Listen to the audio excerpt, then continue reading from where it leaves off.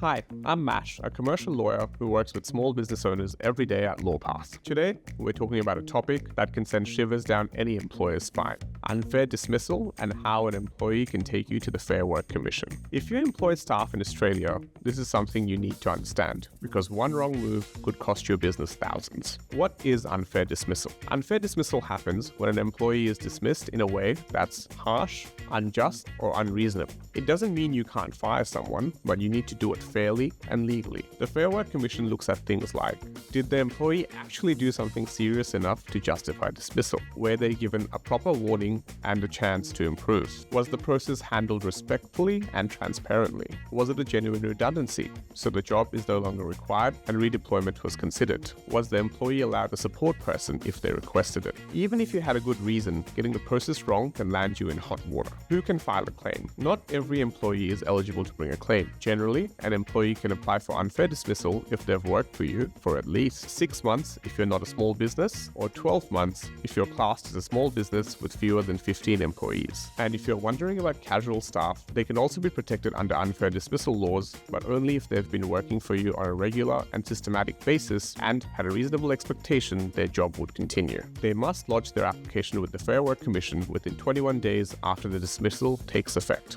That clock starts the day after dismissal, and weekends and public holidays count. If day 21 falls on a weekend or public holiday, the deadline is next business day. What happens when they apply? So, what happens if an employee takes you to the Commission? First, you'll receive a notice of the claim. The Commission then holds a conciliation conference. This is like mediation, where both sides can present their case and try to resolve things without a formal hearing. If that doesn't settle, it moves to a hearing, where a member of the Commission reviews the evidence and makes a decision. The outcome can include reinstating the employee to their old role, or more commonly, ordering you to pay compensation. That compensation is capped at the law of 26 weeks pay or the high income threshold amount at the time of dismissal, which is currently $91,550 for this financial year. How to protect your business? The good news is you can protect your business with some simple steps. Follow a fair process. Always give warnings in writing and a chance to improve. Document everything.